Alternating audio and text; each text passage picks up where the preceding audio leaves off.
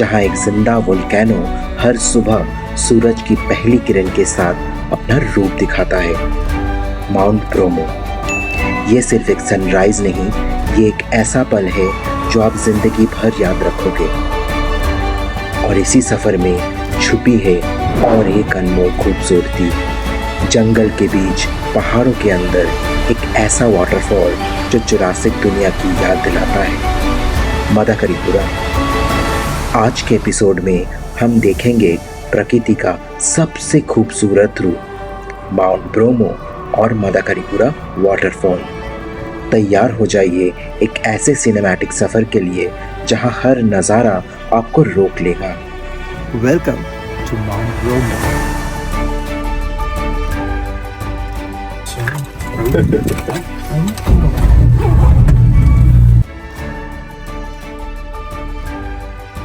सुबह के बज रहे हैं 2:30 और हम निकल चुके हैं माउंट ब्रोमो के सनराइज ट्रैक पर। रात को नींद कितनी हुई है शायद ये देख के आपको समझ में आ जाएगा।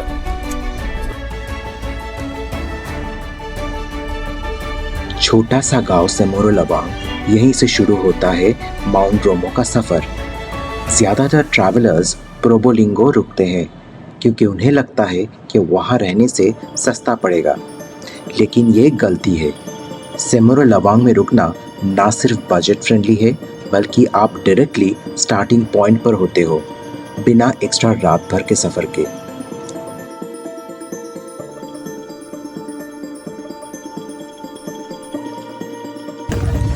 सनराइज हाइक हमने स्टार्ट कर दिया है। सनराइज होने में टाइम है अभी। हाँ, सनराइज होने में टाइम है, बट यहाँ पे जल्दी पहुँचना पड़ता है तो सिक्योर योर सीट।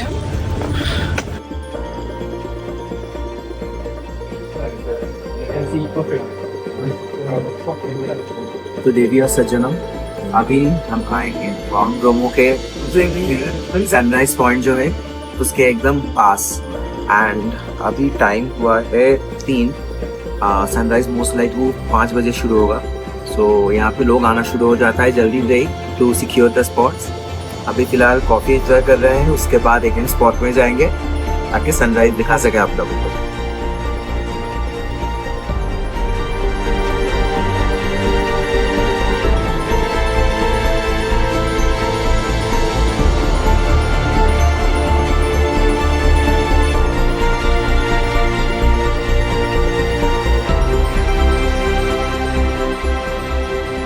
अगर आप यहाँ आ रहे हो तो याद रखिए, वार्म क्लोथ्स, जैकेट्स या स्वेटर ज़रूर ले आइए। बिना उनके ये सुबह का एक्सपीरियंस मुश्किल हो सकता है।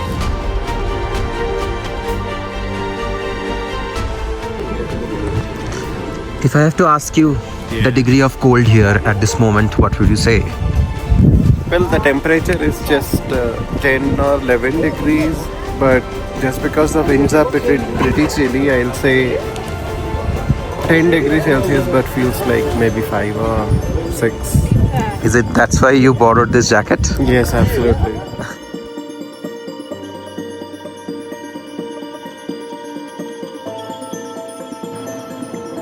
व्यू पॉइंट्स में सबसे फेमस है किंग कॉन्ग हिल और पेनंजाकन व्यू पॉइंट। किंग कॉन्ग हिल कंपैरेटिवली कम भीड़ वाला है और व्यू बिल्कुल सिनेमैटिक है। और फिर आई वो पल जिसका इंतज़ार था, माउंट ब्रोमो का सनराइज।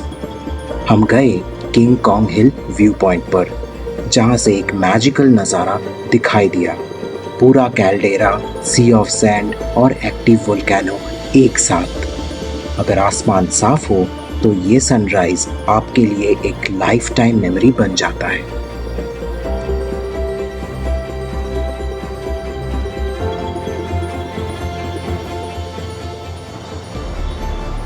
और अब बात करते हैं ब्रोमो नाम की।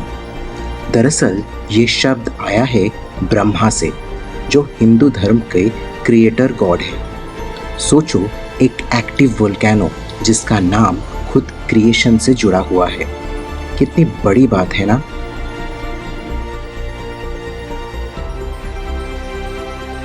माउंट ब्रोमो के लिए एंट्री फी वीकडे में अराउंड 2,20,000 इंडोनेशियन रुपया है और वीकेंड पर 3,20,000 इंडोनेशियन रुपया। साथ ही जीप का रेंटल भी अलग होता है अगर आप पैकेज में नहीं लेते हैं। लेकिन हमारे लिए सब कुछ एकदम इजी था क्योंकि हमारे टूर गाइड ईसा ने सब कुछ पैकेज में इंक्लूड किया था, टिकट्स, जीप, गाइड, सब। जैसे ही हम माउंट ब्रोमो के व्यू पॉइंट से नीचे उतरते हैं, एक नई दुनिया खुल जाती है। ये है सी ऑफ सैंड, एक बेहतरीन वोल्केनिक डेजर्ट जो ब्रोमो के 2014 के इरप्शन के बाद बनी थी। दूर तक बस काला वोल्केनिक ऐश, हवा का झोंका और जीप की आवाज़। बस ऐसा लगता है जैसे आप किसी फिल्म के सीन में हो। लोकल्स इसे पासेर बरबसिक कहते हैं, जिसका मतलब है द विस्परिंग सैंड्स। ये पूरा डेजर्ट एक एडवेंचर प्लेग्राउंड है। आप जीप सवारी कर सकते हो, मोटर बाइक राइड कर सकते हो या बस कहीं एक जगह खड़े होकर इसके सरियल साइलेंस का मज़ा ले सकते हो। ड्रोन शॉट्स के लिए भी ये एक परफेक्ट स्पॉट है। एक तरफ वोल्केनिक लैंडस्केप और दूसरी तरफ जीप की ट्रेल्स जो रेत में पैटर्न्स बनाती है। और सबसे खास बात ये है कि सी ऑफ सैंड्स एकदम बैरन लगता है, लेकिन इसके बीच से गुजरना एक अनफॉरगेटेबल एक्सपीरियंस है।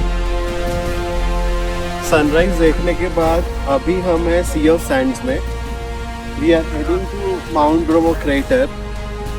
तो there are 2 ways to go. One is having the horse, second is you can walk. Now, one thing that our driver said is we can't fly drone there because it's a holy place and there might be some fine involved if we fly it. But in some of the videos we have seen that we can fly the drone. So we'll just climb up to the crater and see if we have an opportunity to fly the drone. So let's go with us to the crater of Mount Bromo.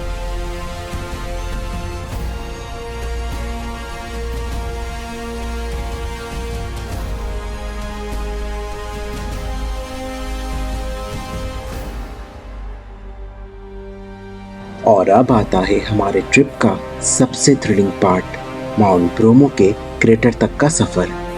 C of Sands को cross करने के बाद आपको एक छोटी C track और कई steps चढ़ने पड़ते हैं। ये लगभग 250 से ज़्यादा सीढ़ियाँ हैं जो सीधा ले जाती है वोल्केनो के क्रेटर तक।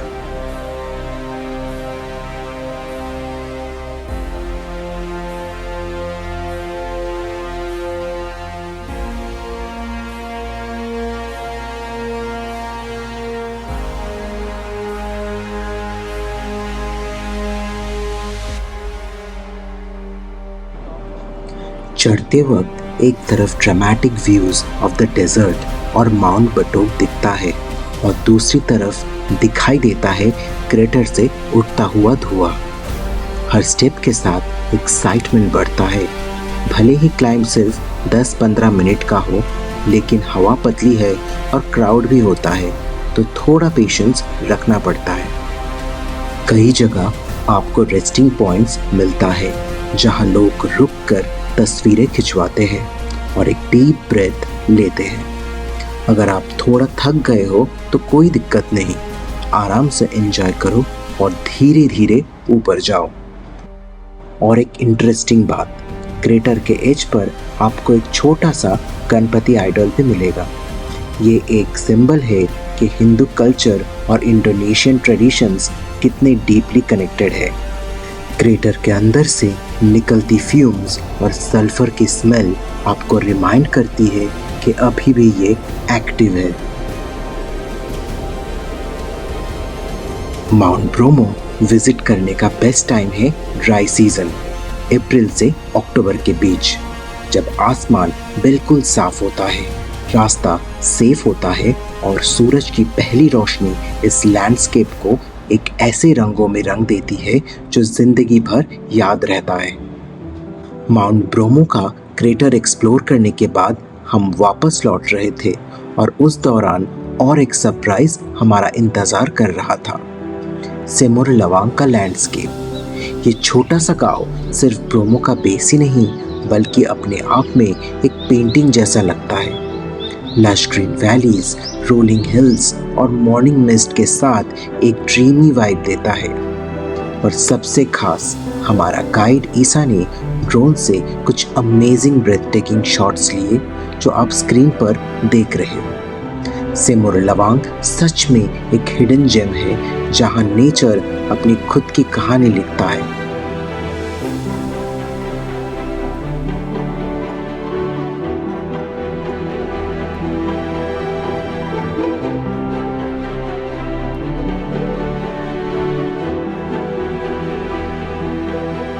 सो सेमोरोलवांग और माउंट ब्रोमो का सफ़र ख़त्म करके अभी हम चल रहे हैं माडाकरीपुरा वाटरफॉल्स देखने। माडाकरीपुरा वाटरफॉल्स यहाँ से 1 घंटा लगता है यहाँ पे जाने के लिए and it's a beautiful magnificent waterfall to see and enjoy the view. So wait and watch for it.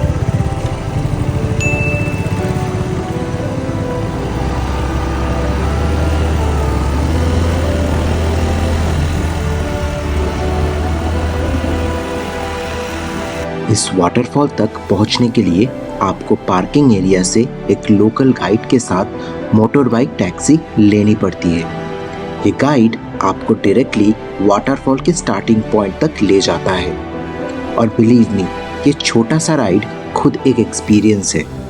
दोनों तरफ से लंबी लंबी ट्रीज और बीच में लश ग्रीन जंगल जैसे आप किसी मूवी सीन में हो। यहाँ पर एक इम्पोर्टेंट रूल है, हेलमेट पहनना मैंडेटरी है।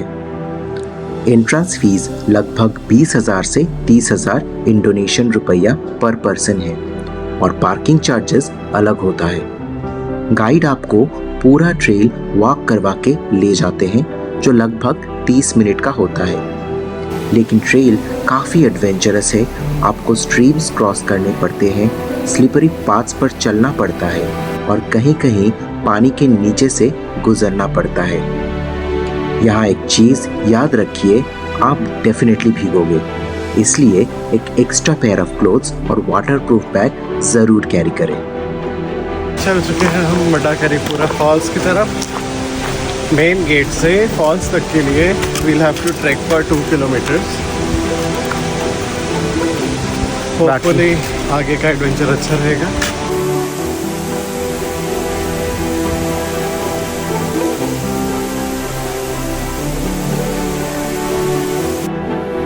जब आप कैनियन के अंदर पहुंचते हो तो आपको एक जुरासिक वर्ल्ड टाइप वाइब मिलती है। वाटरफॉल के नीचे खड़े होके जब आपके ऊपर से पानी गिरता है, लगता है जैसे नेचर अपनी पूरी शक्ति आपको दिखा रही है।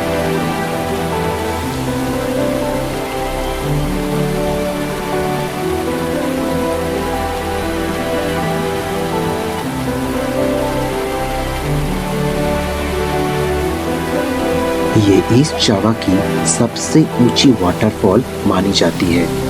लगभग 200 मीटर की हाइट से गिरती पानी की धारा एक मैजिकल वंडरलैंड बनाती है। लोकल बिलीफ के मुताबिक ये वही स्पॉट है जहां मजापहित एम्पायर के महान जनरल गजा मदा ने अपना आखिरी दिन मेडिटेशन में बिताए थे। इसलिए लोकल्स इस वाटरफॉल को एक सीक्रेट और पावरफुल प्लेस मानते हैं।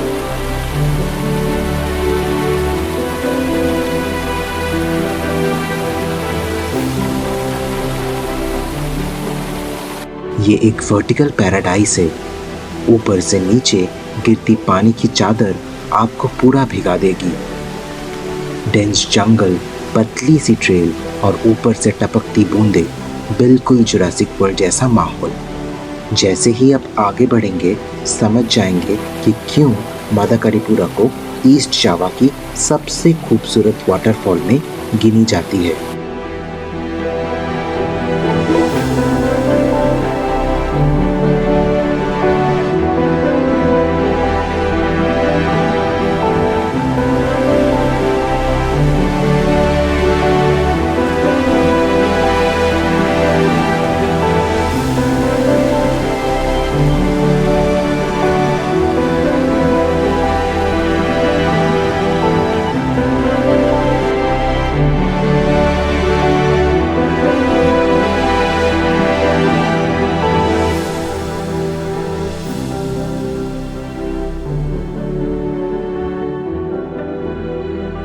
कैसा रहा मडकड़ीपुरा वाटरफॉल्स का एक्सपीरियंस बताना चाहेंगे दर्शकों को?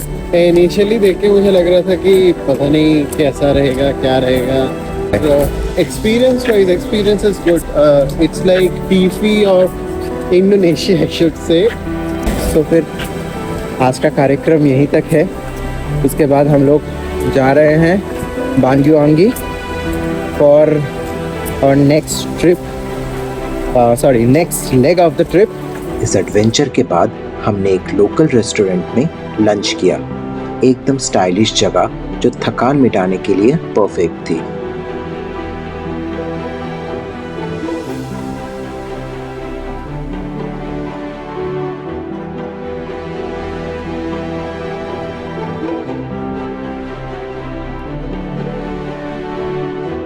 इस रोमांचक सफर के बाद हमने अपना रुख किया बानगुआंगी की तरफ, जो मडकड़ीपुरा से लगभग 6-7 घंटे की कार जर्नी है. शाम तक हम अपने अगले बेस हादी होमस्टे पहुंच गए, जिसे हमारे गाइड ईसा ने अरेंज किया था. यहां आकर हमने आराम किया ताकि अगले दिन के लिए तैयार हो सके. और इसी के साथ हमारा सफर ब्रोमो और मडकड़ीपुरा का ये अद्भुत चैप्टर यही समाप्त होता है.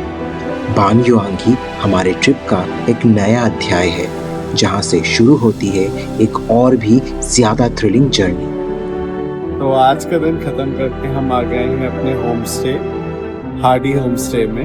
ये बानगुआंगी में है, जो कि ईजन के काफ़ी पास है. तो आज तो मोस्टली रेस्ट डे रहेगा. कल is a highland hopping day and then कल नाइट में will be starting for the Ijen track. So दर्शकों, it has been a tiring day. Mount Bromo, उसके बाद मडकड़ीपुरा फॉल्स, उसके बाद 6 आवर्स का जर्नी टू बानगुआंगी. सो आज का दिन यहीं पे ख़त्म होता है. कल शुरुआत होगा एक नए सफ़र के साथ. अगले 2 दिन हम एक्सप्लोर करेंगे मेंजांगन ताबूहन आइलैंड्स की खूबसूरती और फिर चलेंगे मशहूर ईजन क्रेटर के दिलचस्प सफ़र पर, जहां सुबह के अंधेरे में मिलेगा एक ऐसी नज़ारा जो जिंदगी भर याद रहेगा. तो बने रहिए हमारे साथ. नेक्स्ट एपिसोड में मिलते हैं एक नए एडवेंचर के साथ. See you all in the next journey.